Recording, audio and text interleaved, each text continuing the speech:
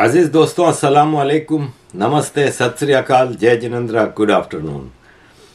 अजीज दोस्तों, पाकिस्तान आर्मी इस वक्त बहुत बुरी तरह से फंसी हुई है काफ़ी क्वार्टर्स में।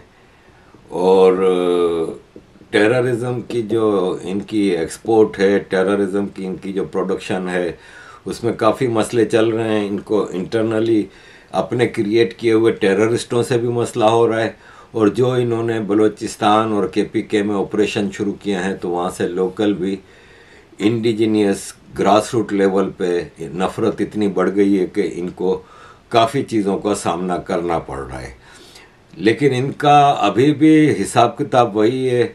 अब जैसे इन्होंने 11 फरवरी को पूरी दुनिया में पाकिस्तान की तरफ से कश्मीरियों के नाम पे प्रोटेस्ट किए इंडियन एम्बेसीज के सामने। ये लाखों डॉलर, मिलियंस ऑफ डॉलर पूरी दुनिया में प्रोटेस्ट के नाम पे खर्च कर दिए गए। लंदन में ये 25-30 आदमी जमा कर सके। वो लंदन जहाँ पे मिलियन से ऊपर कश्मीरी, मिलियन से ऊपर पाकिस्तानी रहते हैं, वहाँ पे 25-30 आदमी भी नहीं, 15-20 आदमी जमा कर सके। और इस तरह की चीज़ें करने से इनको कोई फ़ायदा नहीं हो रहा। अजीज़ दोस्तों, थोड़ा बलूचिस्तान के हवाले से आपको बताऊंगा मैं कि आवारान के इलाके झाओ में मोबाइल फ़ोन टावर और मशीनरी को आग लगा दी बलूचिस्तान लिबरेशन फ्रंट ने। और इन्होंने बताया कि 9 फरवरी को ज़िला आरावान के जलोंटी इलाके में मिलिटेंट्स ने पाकिस्तान टेलीकम्युनिकेशन की मोबाइल फ़ोन सर्विस तबाह कर दी, यूफोन टावर की मशीनरी को आग लगा दी। इसके अलावा बलूचिस्तान लिबरेशन फ्रंट के मेजर गाम बलोच ने बताया कि 11 फरवरी को 4 बजे शाम को कासगानी के इलाके हमजई में फ़ौजी चौकी के ऊपर हमला किया, फ़ौजी चौकी के हेडक्वार्टर पर हमला किया और एक अहलकार को स्नाइपर से हलाक कर दिया। इसके फ़ौरन बाद ORSK ने चौकी को रॉकेटों और भारी हथियारों से निशाना बनाया, जिससे 2 और अहलकार मारे गए। इसके अलावा इन्होंने ये भी बताया कि 9 फरवरी को शाम को 5:30 बजे आवारान के इलाके मुश्के में मिलिटेंट्स ने पाकिस्तान फ़ौज की चौकी पर रॉकेटों और भारी हथियारों से हमला किया। और 8 फरवरी को ज़िला केच के इलाके टैम्प मेलेंट में भी हमला करके पाकिस्तान फ़ौज के कैंप पे बहुत जानी व माली नुकसान पहुंचाया। ये मुसलसल बलूचिस्तान में हो रहे हैं। ऐसी मेरे पास कई खबरें हैं, क्योंकि मैं काफ़ी बलोचों के साथ राब्ते में हूँ तो मेरे को इन्फॉर्मेशन मिलती रहती है। अजीज़ दोस्तों, थोड़ा आपको माइनॉरिटीज़ के हवाले से बताएं कि मैंने पिछले दिनों ये पिक्चर लगाई थी कि 47 से पहले ये मंदिर था और इसके ऊपर जंग अखबार का दफ्तर है।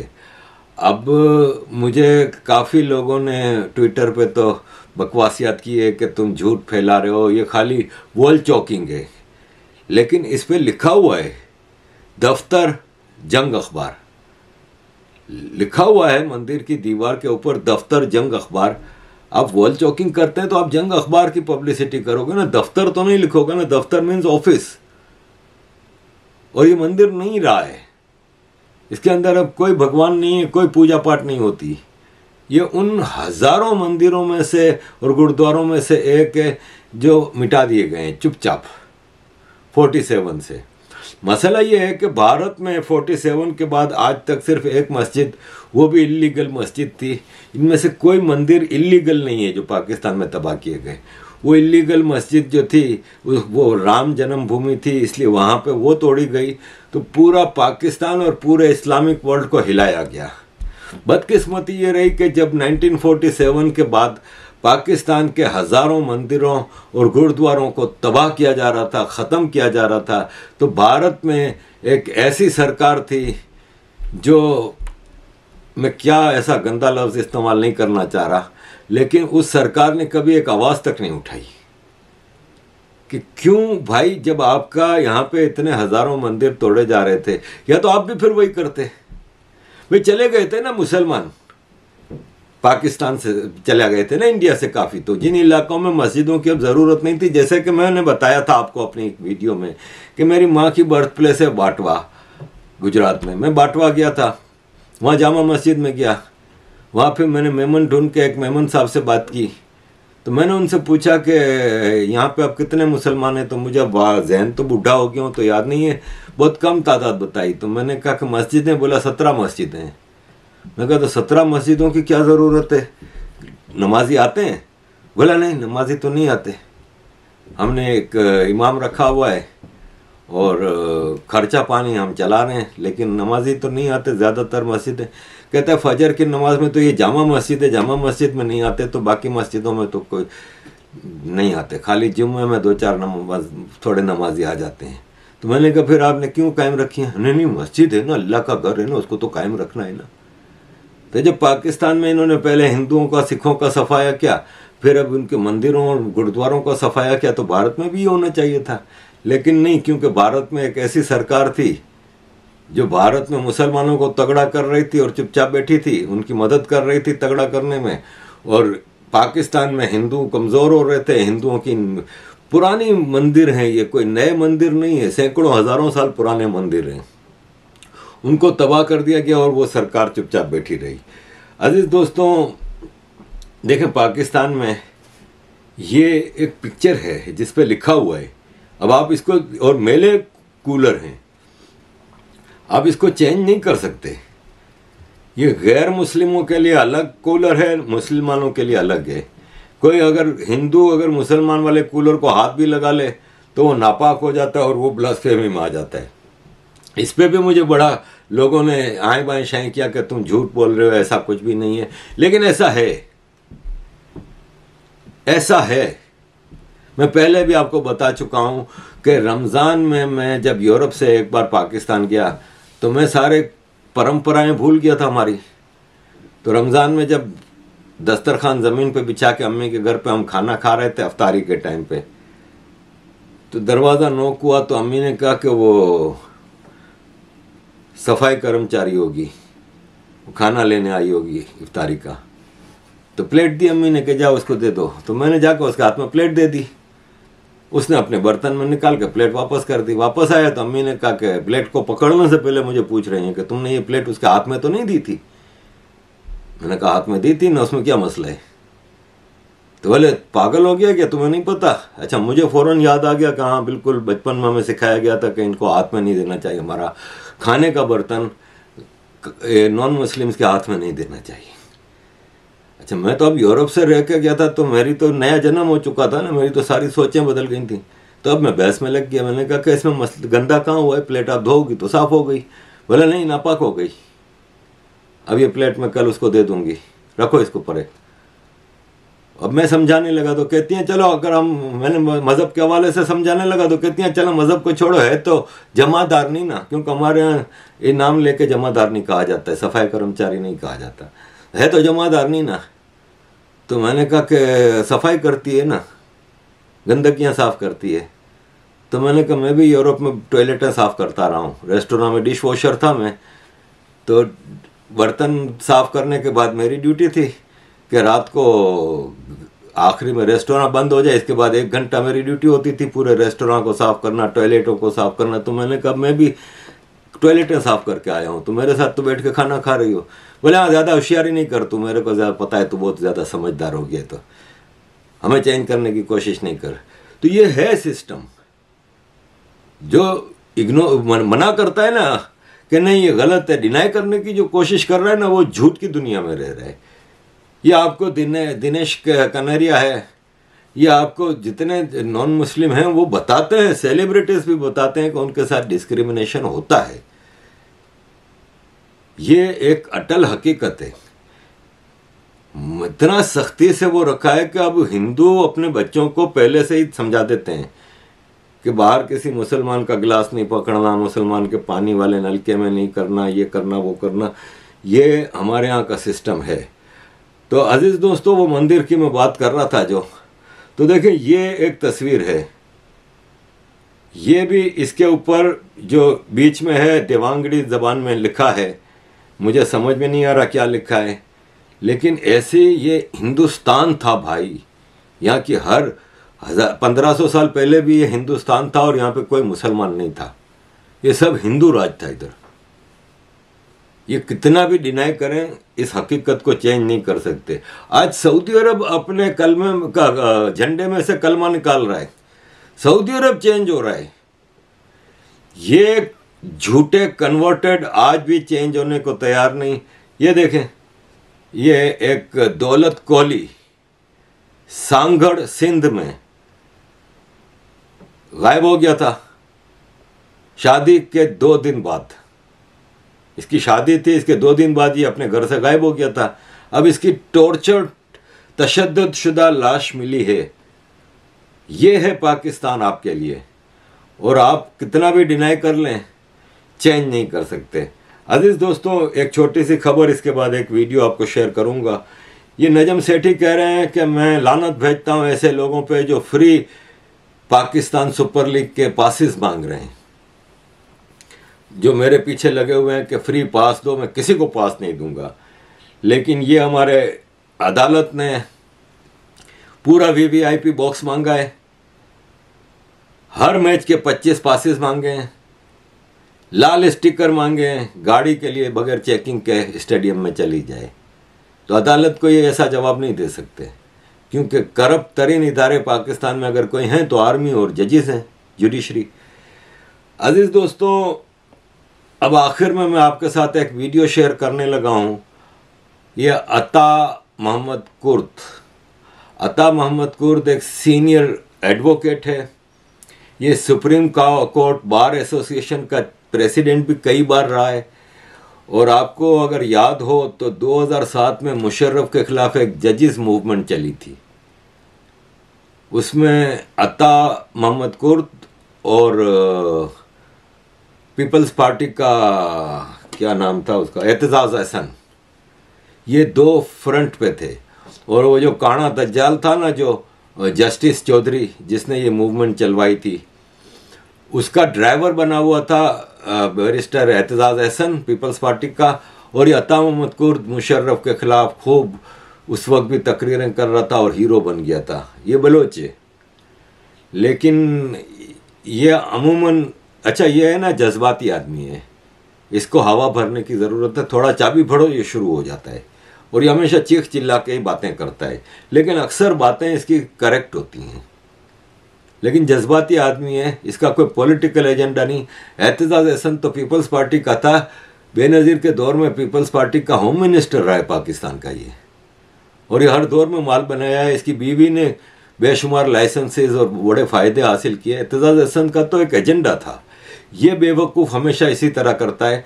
इसकी ये ज़रा स्पीच सुनिए, इसमें ये आपको बता रहा है कि पाकिस्तान की बेसिक इश्यूज़ क्या हैं और ख़राबियाँ कहाँ कहाँ हैं। ये डायरेक्ट इस्टेब्लिशमेंट कहता है, इसका मतलब ये आर्मी कह रहा है, और ये हमेशा इसी तरह की स्पीचेस करता है। ये किसी दिन मारा जाएगा, इसको ISI वाले किसी दिन गायब कर देंगे। तो अजीज़ दोस्तों, इस प्रोग्राम में मैं इस हद तक रहता हूँ। आगे आपके पास मेरे पास दूसरी स्टोरीज़ हैं, वो अगले प्रोग्राम में। थैंक यू वेरी मच अजीज़ दोस्तों for all your support. Keep supporting. Default है, दिवालिया हो जाएगा भाई, दिवालिया हो जाएगा। दिवालिया होते होते आपने आवाम को दिवालिया कर दिया। मेरे घर में जब रोटी नहीं है, मेरे घर में जब अनाज नहीं है, मैं क्या करूं? कोई तो खुदा का खौफ करे। हुकूमतें अवाम के लिए होते हैं, हुक्मरान अवाम के लिए होते हैं। आज इस मुल्क में महंगाई के लिहाज से बेरोजगारी पहले से थी, पैसा पहले से नहीं है। आप पैसे ले जाके आपको पता लगता है कि उस पैसे की कोई वैल्यू नहीं है। हद करें खुदा के लिए।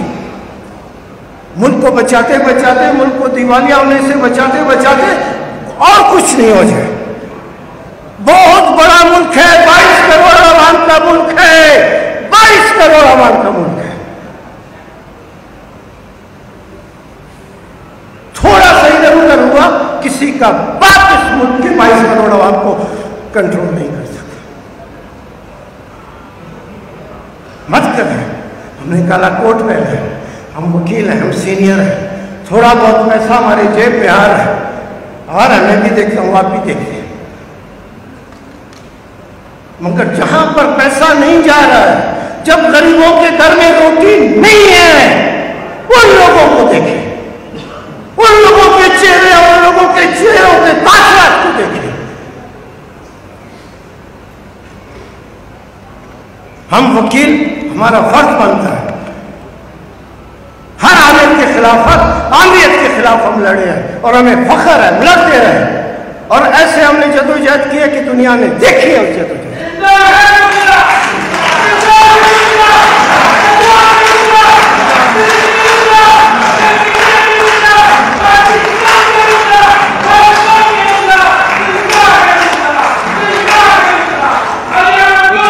उठे, मैं वकीलों को कहता हूं, उठे, उठे, हमारे अकेले भी हमारी आवाज में बहुत ताकत है। चौराहे पे भी मैं खड़ा हो जाऊं, चौराहे पे भी ये लोग खड़े हो जाए, हम बहुत कुछ कर सकते हैं, बहुत कुछ कर सकते हैं। मगर हम कहते हैं नहीं, आपको भी सोचना चाहिए। सिर्फ मेरी सोच की बात नहीं है, सिर्फ मैं खरीद कर पैदा नहीं हुआ, आप में से सबके सब खरीद कर पैदा हुए। कोई चौधरी और कोई जागीरदार का बेटा नहीं है। अपने उन दिनों की गुर्बत को याद रखें जब हमारे घर में भी गुर्बत थी, जब हमारे घर में भी अफलास थी, गरीबों की। खुदा की कसम, गरीब दबाव बिल्कुल ऐसे चक्की के अंदर इसके दबाव बर्बाद हो गया। रोके इन सब चीजों को। चेहरे पे आपकी जो इत्मीनान है, चेहरे पे आपकी जो सुकून है, ये बहुत आपके लिए और इस मुल्क के लिए बहुत खतरनाक है। जिस मुल्क में जूनियर क्लर्क की 1 महीने की सैलरी और ब्लैक लेबल की कीमत बराबर हो, ये मुल्क चल नहीं सकता, ये मुल्क नहीं चल सकता। मैं दावे से कहता हूं, सारी मेरी जदोजहद जमहूरियत के लिए, सारी जदोजहद के बावजूद, आपकी सारी जदोजहद के बावजूद, सारी कुर्बानियों के बावजूद, जब तक लोगों के घरों में आप रोजी रोटी नहीं पहुंचाएंगे, बंद करो ये सिलसिले। ये मुल्क का ठेकेदार नहीं, इसका मतलब सिर्फ तुम मुआवजा वतन में जो तुम फैसले कर रहे हो वो ठीक है, गलत है। कोई मुझे दिवालिया से ताल्लुक नहीं, कोई मुझे डिफॉल्ट से ताल्लुक नहीं, कोई क़यामत नहीं आएगी डिफॉल्ट हो जाए, सब हो जाए। गरीब के घर में रोटी पहुंचानी आपकी जिम्मेवारी है, आप नहीं पहुंचाते लोगों के घरों में रोटी। इस मुल्क को आपने सिर्फ एक बहुत छोटी तादाद अशराफिया की है और बहुत बड़ी तादाद सिर्फ मखलूक की है। यह अशराफियों का, अशराफिया का मुल्क नहीं है, यह किसी के बाप की जागीर है, यह गरीब लोगों का मुल्क है, एक एक गरीब का मुल्क है, एक एक गरीब का मुल्क है, उसके बच्चों का मुल्क है, एक एक का मुल्क है।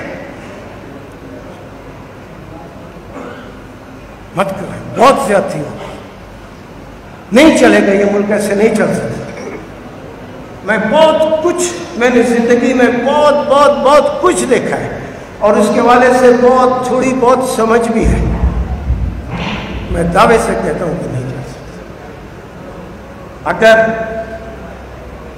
इस मुल्क में आप और हम नहीं उठेंगे, आप और हम आवाज बुलंद नहीं करेंगे, आप और हम पहाड़ों के देश पिशावर से जाकर कोई तहरीक शुरू नहीं करते और पहाड़ों के देश से नीचे आते आते समंदर तक अगर हम कुछ नहीं करते, अपनी आवाज़, अपनी सोच को लोगों के सामने रख के एक मूवमेंट, एक तहरीक नहीं उठाते, तो बहुत देर हो जाएगी, बहुत देर हो जाएगी। आज जो हमारी अदालतों का हाल है, एक फिक्रा मैं कहता हूँ, एक फिक्रा मैं कहता हूँ जो मुझे रेडी वाले ने कहा, ये मैं नहीं कहता हूँ, रेडी वाले की सोच की बात करता हूँ। उसने कहा किस किस्म की कुर्साबाद की अदालतें हैं, जजों के सामने आइन पड़ा है और कानून के एक एक कानून से उनकी वाकफियत है, फिर मुशावरत की क्या ज़रूरत है, फिर पर ब्रेक उसकी क्या ज़रूरत है। मत करें। ये हम वकील हम बिल्कुल इस मुल्क के शहरी हैं, इस मुल्क के बाशिंदे हैं, हमारा लोगों का हक हम पर है, इस मुल्क का हक हम पर है, इस सरजमीन का हक हम पर है। मत करें। हम सोच रहे हैं, हम वकील सोच रहे हैं, हम वकील सोच रहे हैं।